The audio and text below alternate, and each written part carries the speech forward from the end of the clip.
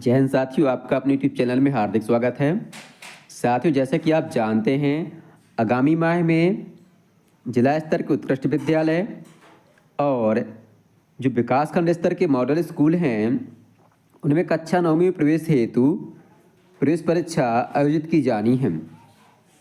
तो आज हम इस प्रवेश परीक्षा को लेकर जो महत्वपूर्ण प्रश्न हैं उन पर चर्चा करेंगे। और ये जो प्रश्न हैं आगामी परीक्षाओं को लेकर बहुत ही इम्पोर्टेंट हैं और इनसे परीक्षा में सवाल पूछे जाने की संभावनाएं अत्यधिक हैं। तो साथियों, आज हम इस भाग में जो हैं हिंदी भाषा में पूछे जाने वाले जो महत्वपूर्ण प्रश्न हैं उन प्रश्नों पर चर्चा करेंगे और साथ ही उनके उत्तर भी जानेंगे। साथियों, जैसे कि आप जानते हैं, परीक्षा में हिंदी भाषा के कुल 15 प्रश्न पूछे जाते हैं। तो आइए साथियों देखते हैं हिंदी भाषा के प्रश्न और उनके सही उत्तर। साथियों, हिंदी भाषा का पहला प्रश्न है, निम्नलिखित रचनाकारों में से किसका संबंध राजस्थान से था? तो साथियों, इसका सही उत्तर है ऑप्शन पहला, मीराबाई का। तो साथियों, जो मीराबाई है इनका संबंध राजस्थान से था। अगला प्रश्न है, एक ही अक्षर यह वर्ण की आवृत्ति जहाँ बार बार होती है या एक से अधिक बार होती है वहाँ कौन सा अलंकार होता है? तो साथियों, इसका सही उत्तर है ऑप्शन डी, अनुप्रास अलंकार। अगला प्रश्न है, इस शब्द में उपसर्ग कौन सा है? इनमें से किस शब्द में उपसर्ग लगा हुआ है? उपसर्ग वे शब्द होते हैं जो शब्द के पहले लगाए जाते हैं। तो आप देख पा रहे हैं कि इसे कायरता, अभागा, खंडित और तल्लीन, तो ये 4 शब्द दिए गए हैं। तो कायरता में प्रत्यय लगा हुआ है, खंडित में भी प्रत्यय लगा हुआ है यानी कि बाद में है लगा हुआ शब्द है, और तल्लीन में भी प्रत्यय लगा हुआ है। इस प्रकार से जो अभागा है यहाँ पर आ उपसर्ग लगा हुआ है। इस प्रकार से ऑप्शन बी हमारा सही उत्तर होगा। अगला प्रश्न है, दुखिया शब्द में कौन सा प्रत्यय है? तो जो प्रत्यय होते हैं वे शब्द होते हैं जो शब्द के साथ शब्द के बाद में लगाए जाते हैं यानी कि पुछल्ले होते हैं ये। तो जो दुखिया शब्द है इसमें जो है या प्रत्यय लगा हुआ है।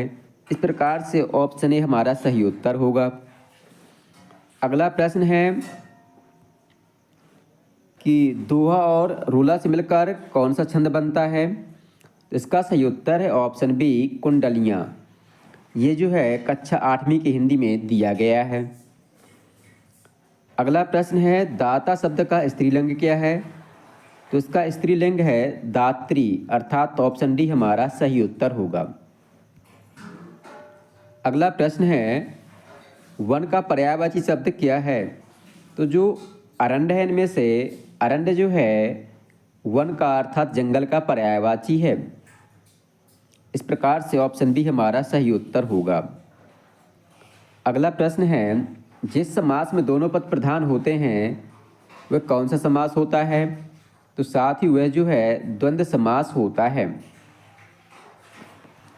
अगला प्रश्न है, जिस शब्द से किसी कार्य को करने अथवा होने का बोध होता है या ज्ञान होता है उसे क्या कहते हैं? तो ये जो है क्रिया की परिभाषा है, अर्थात ऑप्शन डी हमारा सही उत्तर है।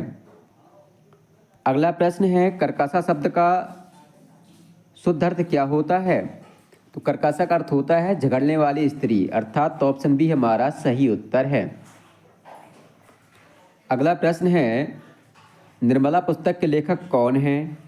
तो आप जानते हैं जो मुंशी प्रेमचंद हैं इनका एक उपन्यास है निर्मला।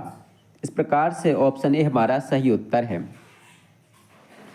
अगला प्रश्न है, जागरण शब्द का विलोम क्या होता है? जागरण का अर्थ होता है जागना, तो इसका अर्थ हो जाएगा ऑप्शन ए, निद्रा। अगला प्रश्न है, जो ईश्वर में विश्वास करता है उसे क्या कहते हैं? तो उसको जो है आस्तिक कहा जाता है, और जो ईश्वर में विश्वास नहीं करता उसको नास्तिक कहते हैं, और जो सब कुछ जानता है उसको सर्वज्ञ कहते हैं। अगला प्रश्न है, हाथ पांव फूलना मुहावरे का अर्थ क्या होता है? तो साथ इसका सही अर्थ होता है ऑप्शन बी, घबरा जाना। अगला प्रश्न है, बच्चों मैदान में जाकर खेलो, वाक्य जो है किस प्रकार का है? तो आप इसमें देख पा रहे हैं कि इसमें जो है आज्ञा दी जा रही है कि भाई आप जो है घर में ना खेलो, बाहर जाके खेलो या मैदान में जाकर खेलो। तो इस प्रकार से ऑप्शन सी हमारा सही उत्तर होगा। जो वाक्य होते हैं रचना की दृष्टि से 3 प्रकार के होते हैं। तो आप याद कर सकते हैं रचना में 3 अक्षर हैं, 3 वर्ण हैं। तो रचना की दृष्टि से वाक्य जो है 3 प्रकार के होते हैं। अगला है अर्थ की दृष्टि से, अर्थ में पहला अक्षर है आ का अर्थ हुआ 8। तो अर्थ की दृष्टि से वाक्य जो हैं 8 प्रकार के होते हैं। तो उनमें से एक ये प्रकार जो है 4 दिए गए हैं, 4 और होते हैं। तो इस प्रकार से साथियों हिंदी विषय के 15 प्रश्न पूरे होते हैं। इसी प्रकार के प्रश्न आपकी परीक्षाएं पूछे जाते हैं और ये प्रश्न बहुत ही इम्पोर्टेंट हैं, आप इनको ज़रूर याद कर लें।